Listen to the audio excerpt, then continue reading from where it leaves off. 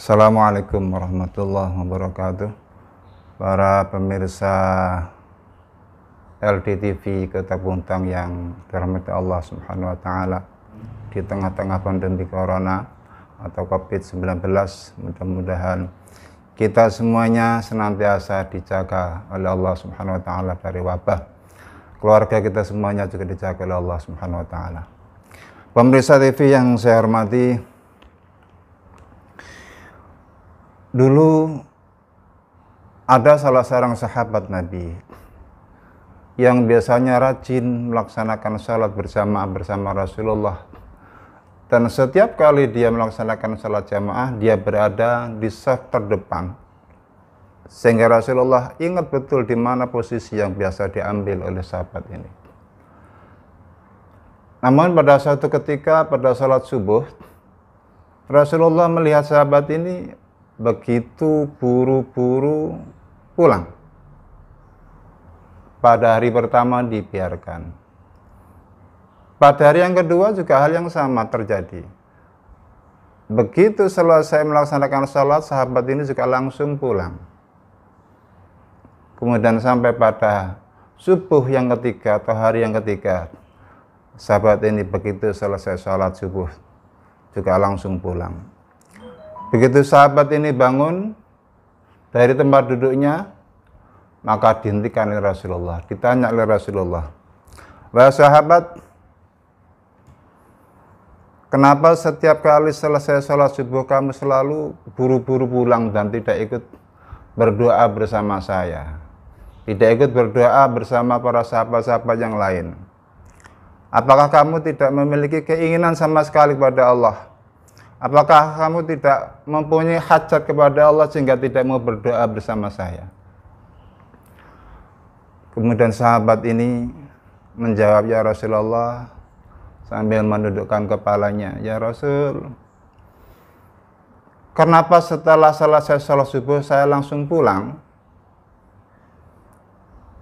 Kata Rasul bahwa saya ini keluarga miskin. Saya tidak memiliki kurma dan saya tidak mempunyai makanan yang cukup untuk anak-anak dan istri saya. Karena seringkali anak-anak saya ketika tidur dalam keadaan lapar, maka begitu bangun, dia langsung memakan apapun yang ada. Ya Rasul, saya tinggal di sebuah pekarangan, di mana tetangga saya ini seorang yang munafik. Dia memiliki sebatang pohon kurma yang tinggi sekali. Buahnya lebat. Dan pohonnya ini menjulang ke depan rumah saya. Di musim panen, setiap pagi pohon kurma ini buahnya pada rontok dan berjatuhan di depan rumah saya. Maka setiap pagi selesai salat subuh saya buru-buru pulang, ingin membersihkan atau memunguti kurma-kurma yang berjatuhan di rumah saya kumpulkan dan kemudian saya serahkan kepada si pemiliknya yang orang munafik ini. Ya Rasul, suatu ketika saya melihat anak saya pulang dari masjid ini sudah terbangun dan terlihat di mulutnya mengunyah makanan. Begitu saya tanyai, "Apa yang kamu makan?" Ternyata dia sedang memakan buah kurma yang ia dapat di depan rumah. Kemudian saya perintahkan pada anak saya, "Cepat keluarkan makanan yang ada di dalam mulutmu." Terlihat anak saya ini menangis, ya Rasul, karena perutnya sedang lapar, sementara dia dapat makanan kurma ini dan dipaksa oleh saya untuk mengeluarkannya. Maka saat itu pula saya bilang kepada anak saya, "Demi Allah, saya tidak ridho. Demi Allah, saya tidak ikhlas kalau saya meninggalkan kamu di dunia ini, terdapat makanan yang haram di dalam perutmu. maka segera jari saya kumasukkan ke dalam mulut anakku, dan ku ambil, ku rogoh makanan yang ada di dalam mulutnya, dan aku keluarkan. Ku kumpulkan jadi satu dengan kurma-kurma yang masih berserakan, kemudian saya serahkan kepada pemiliknya, orang munafik ini. Kemudian Rasulullah bertanya, wahai sahabat Abu Dujanah, bolehkah saya ketemu dengan orangnya? Bisakah saya bertemu dengan tetanggamu yang munafik itu? Abu Dujanah menjawab, saya tidak tahu ya Rasul. Kemudian Rasulullah memerintahkan sahabat yang lain pada waktu pagi itu untuk memanggil orang munafik, tetangga dari Abu Dujanah ini. Kemudian dipanggil, datang ke masjid. Kemudian Rasulullah bertanya, wahai sahabat, apakah benar kamu tetangganya Abu Dujanah? Benar ya Rasul. Apakah benar kamu memiliki sebuah atau sebatang pohon kurma? Benar ya Rasul. Begini, bagaimana kalau pohon kurma yang kamu punya ini aku tukar? Tukar gimana ya Rasul? Bagaimana kalau pohon kurma yang kamu punya saya tukar 10 kali lipat lebih bagus daripada pohon kurma yang kamu punya, yang pohonnya terbuat dari zamrud, yang dilumuri atau disirami dengan emas merah, tangkainya dari mutiara, dan dari buahnya ini adalah terdapat bidadari-bidadari yang cantik sebanyak sejumlah buah kurma yang ada di buah kurmamu itu. Orang munafik ini mikir, loh, kalau mau ditukar dengan 10 kali lipat dengan pohon kurma yang masih nanti, bukan sekarang, karena pohonnya terbuat dari zamrud, otomatis ini di akhirat, bukan di alam dunia ini.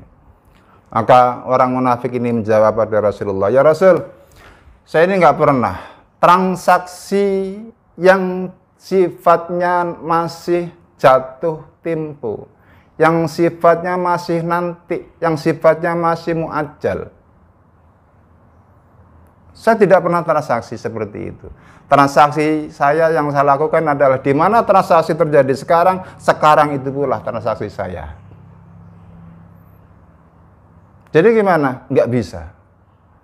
Maka kemudian sahabat Abu Bakar mendengar, sambil meneteskan air matanya, Abu Bakar menyampaikan pada sahabat ini, wahai sahabat, bagaimana kalau pohon kurmamu ini aku ganti 10 kali lipat lebih bagus dari yang kamu punya. Saya punya kebun di sana. Pohon kurmanya, jenis kurmanya lebih bagus daripada yang kamu punya. Gimana kalau saya tukar dengan itu? Kemudian orang munafik ini, nah ini baru transaksi. Transaksi sekarang, ya sekarang, bukan nanti. Kemudian terjadilah kesepakatan itu. Tanpa berpikir panjang, orang munafik ini mengiyakan apa yang ditawarkan oleh Abu Bakar. Kemudian Rasulullah Muhammad SAW berkata pada Abu Bakar, wahai Abu Bakar, ini urusan saya. Sahabat ini yang kelaparan adalah prajurit saya yang biasa ikut berperang. Dia ikut membela agama Allah, dia ikut memperjuangkan agama Allah, tapi ternyata keluarganya sedang kelaparan. Ini tanggungan saya. Kemudian sahabat Abu Bakar mengatakan, izinkan saya ya Rasul untuk membantu Rasul. Izinkan saya ya Rasul untuk membantu sahabat saya ini agar keluarganya bisa memiliki makanan yang cukup, agar beribadah kepada Allah bisa lebih tenang. Pemirsa LDTV yang sama-sama dirahmati Allah Subhanahu wa taala.